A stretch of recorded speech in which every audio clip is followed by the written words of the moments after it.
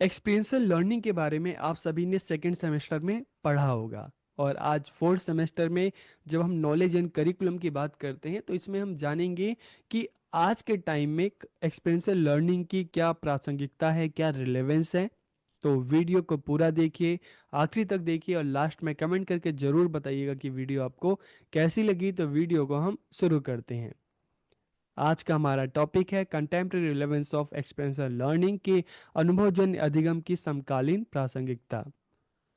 तो सबसे पहले हम एक्सपीरियंशियल लर्निंग की बात करते हैं, अनुभवजन्य अधिगम की बात करते हैं। तो देखिए, जब हम एक्सपीरियंशियल लर्निंग की बात करते हैं तो यहाँ पर दो चीज़ें आती हैं, hands on experience and active involvement. Hands on experience की बात करते हैं तो जहाँ पर बच्चों को खुद से करके सीखने का अवसर मिलता है। जैसे आपने बच्चों को प्रोजेक्ट दे दिया, इस तरह की एक्टिविटीज़ दे दी जहाँ पर बच्चे चीज़ों को खुद से करके सीख रहे हैं। और एक्टिव इन्वॉल्वमेंट, क्लास में टीचिंग लर्निंग चल रही है और वहाँ पर आप बच्चों को ज़्यादा ज़्यादा अपॉर्चुनिटी दे रहे हो। आपने कोई टॉपिक दे दिया, बच्चों से कहा कि आप प्रेजेंट करो, या क्लास में आप डिबेट करा रहे हो, आप डिस्कशन करा रहे हो।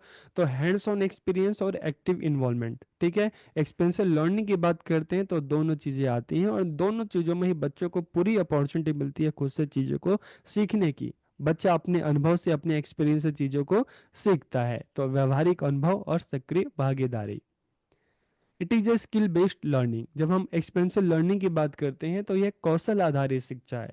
It takes place through hands on experience and active involvement, कि यह व्यवहारिक अनुभव और सक्रिय भागीदारी के माध्यम से सीखता है। यहाँ पर बच्चों को हैंड्स ऑन एक्सपीरियंस मिलता है, मतलब खुद से चीज़ों को सीखने का अवसर मिलता है। बच्चा खुद से चीज़ों को करता है, सीखता है। जैसे मैंने आपको बताया कि चाहे हम इंक्वायरी की बात करें या हम प्रोजेक्ट की बात करें, तो यहाँ पर क्या होता है कि बच्चा खुद से चीज़ों को करके सीखता है।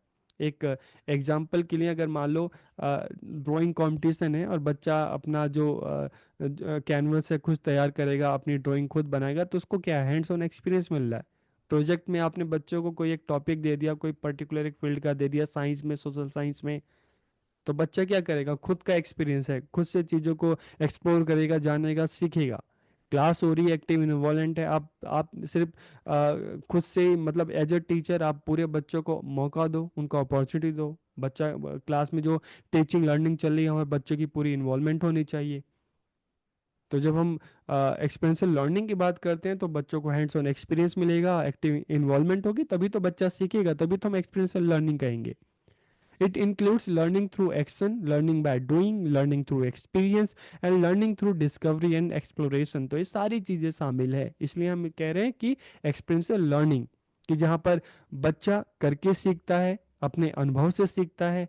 बच्चा इंक्वायरी करेगा, खोज करेगा, उसके माध्यम से बच्चा सीखेगा। Experiential learning is distinct from rote और डेडिकेटेड लर्निंग की हम बात करते हैं कि अनुभवजन्य अधिगम रटने या उपदेशात्मक शिक्षा से बिल्कुल अलग होती है।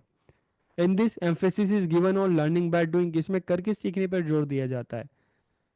चाहे हम अगर देखिए, हम रोड की बात करते हैं, रटने की बात करते हैं, उपदेश की बात करते हैं, एक तरह से व्याख्यान है, एक तरह से लेक्चर, अगर इसकी बात करेंगे तो यहाँ पे बच्चों की कोई इन्वॉल्वमेंट नहीं होती। लेकिन जब हम एक्सपीरियंशियल लर्निंग की बात करते हैं, जैसे एनईपी 2020 में भी कहा गया है, तो यहाँ पर बच्चों को करके सीखने का अवसर प्राप्त होता है। यहाँ पर सीखने में टीचर का रोल जो होता है वो सेकेंडरी होता है, वो सिर्फ बच्चों को गाइड करता है। प्राइमरी रोल जो होगा वो बच्चों का होगा, बच्चा अपने एक्सपीरियंस से चीज़ों को सीखेगा। टीचर का काम क्या है, बच्चों को उस तरह की अपॉर्चुनिटी देना, बच्चों को उस तरह का टास्क देना जहाँ पर बच्चा खुद से करके चीज़ों को सीखे। तो in this student are engage in practical experience and thinking, इसमें विद्यार्थियों को व्यवहारिक अनुभवों और चिंतन में संलग्न किया जाता है। बच्चों को सोचने का, बच्चों को खुद से करने का, खुद से सीखने का मौका दिया जाता है। This enable them to connect the knowledge learn in the class to real world situation, कि इसमें वे कक्षा में सीखे गए ज्ञान को वास्तविक दुनिया की स्थिति में जोड़ने में सक्षम होते हैं। बच्चा जो नॉलेज है, ज्ञान है, उसको अपनी डेली लाइफ से रिलेट कर पाता है, तभी उसका सीखना, और आप कह सकते हो कि बेहतर हो सकता है, इंटरेस्टिंग हो सकता है। अब इसके अगर रिलेवेंस की हम बात करें तो देखिए, जब हम कंटेम्प्रेरी रिलेवेंस ऑफ एक्सपेंशियल लर्निंग की बात करते हैं ना, तो इसका आज के टाइम में क्या रिलेवेंस है। जैसे हम लेते हैं एनईपी 2020 में आया, ठीक है, नेशनल एजुकेशन पॉलिसी। तो आज के टाइम के हिसाब से, ठीक है, अगर हम बात करें तो बात क्या की गई है कि हाँ, लर्नर सेंटर्ड अप्रोच होना चाहिए।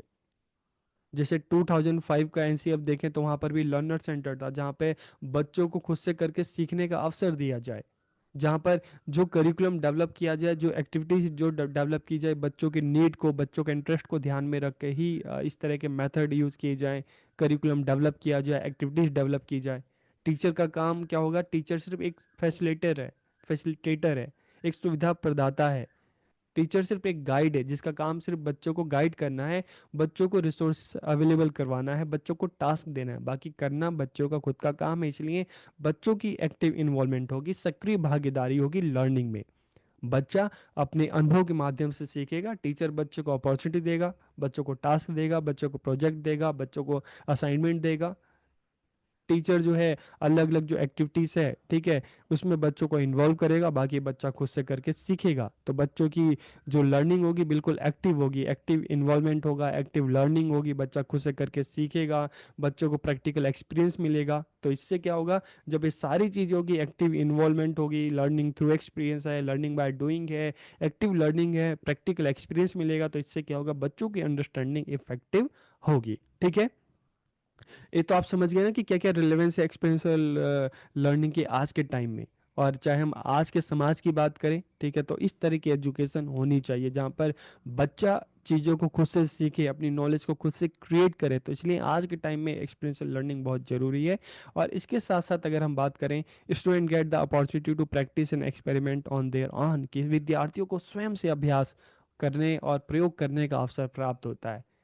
This approach helps in increasing the confidence level of the learner. देखिए, आप खुद से चीज़ों को करते हैं, खुद से चीज़ों को करके सीखते हैं, तो इससे आपका कॉन्फिडेंस भी बढ़ता है।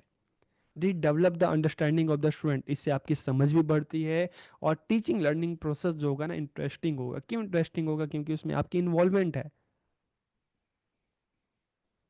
It allow student to learn from mistake. इसमें क्या होता है? देखिए, आप खुद से सीखते हैं तो आप गलतियां करते हैं, फिर सीखते हैं, फिर गलतियां करते हैं, फिर सीखते हैं। तो इससे आपकी लर्निंग जो है बेहतर होगी, आपकी अंडरस्टैंडिंग अच्छी होगी। It encourages contemplation and introspection, कि इससे क्या होगा कि चिंतन और आत्मनिरीक्षण को प्रोत्साहित किया जा सकता है। और इसके अलावा through this it becomes easier to understand difficult concept, कि इसके द्वारा कठिन से कठिन अवधारणाओं को समझना आसान हो जाता है। देखिए, जब आप खुद से करके सीखते हैं ना, जब तक आप दूसरों के भरोसे रहते हैं तो आपको उतना नहीं समझ में आता। और जब आप खुद से करके सीखते हैं तो आपकी जो लर्निंग है, ठीक है, वो लॉन्ग टाइम के लिए होती है। आपके लिए सीखना समझना आसान हो जाता है। It prepare student for future experiences and adult life, की यह विद्यार्थियों को भविष्य के अनुभव और वयस्क जीवन के लिए तैयार करता है। This helps in developing leadership abilities to new levels, की अक्सर एक्सपीरियंशियल लर्निंग में अलग अलग ग्रुप बनाए जाते हैं, ठीक है, बच्चों को रिस्पॉन्सिबिलिटी दी जाती है खुद से करना, सीखना, चीज़ों को ऑर्गेनाइज करना। तो इससे बच्चों में लीडरशिप एबिलिटीज भी डेवलप होती है।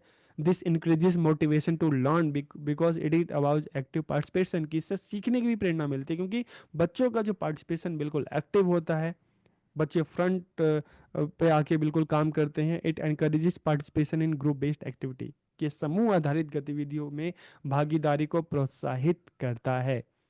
इट हेल्प्स रिटेन मेमोरी, ये स्मृति बनाए रखने में सहायता करता है। This process offer an opportunity for reflection and analysing, की प्रक्रिया चिंतन और विश्लेषण का अवसर प्रदान करती है। किसको? बच्चों को।